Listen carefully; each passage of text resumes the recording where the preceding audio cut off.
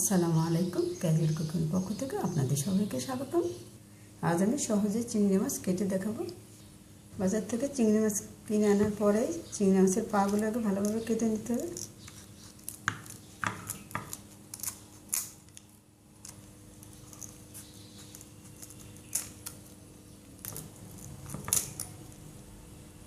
সব মাছগুলোকে আমি কেটে নিলাম। এবার আমি ছুলে দেখিয়ে দিচ্ছি।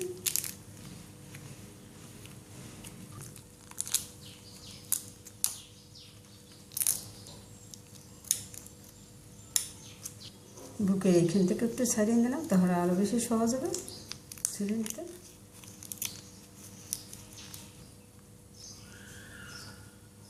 এবার আমি মাথার এইখানটায় খাবারের যে থলিটা থাকে ওটাকে ফেলে দেবো। থলিটাকে যে বের করে নিলাম খাবারের।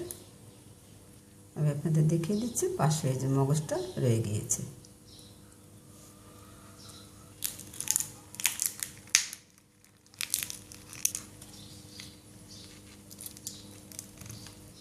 লেজটা থেকে এভাবে কেটে দিতে হবে যদি পুরোপুরি আপনারা ছুলে ফেলতে চান।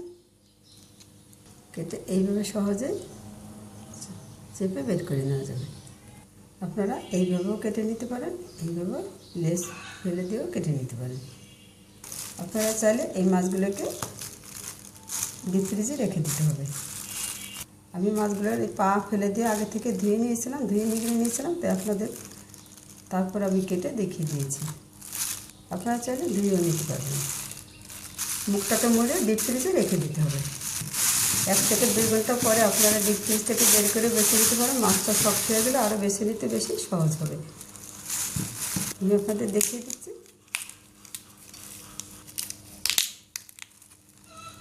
অথবা এইভাবে ডিপ ফ্রিজে রেখে দিতে হবে, যখন প্রয়োজন হবে বের করে ব্যবহার করতে পারবেন। হয়ে গেল সহজে চিংড়ি মাছ বাছা। ভিডিওটা দেখার জন্য আপনাদের সবাইকে ধন্যবাদ। ভালো থাকুন, সুস্থ থাকুন। আল্লাহ হাফেজ।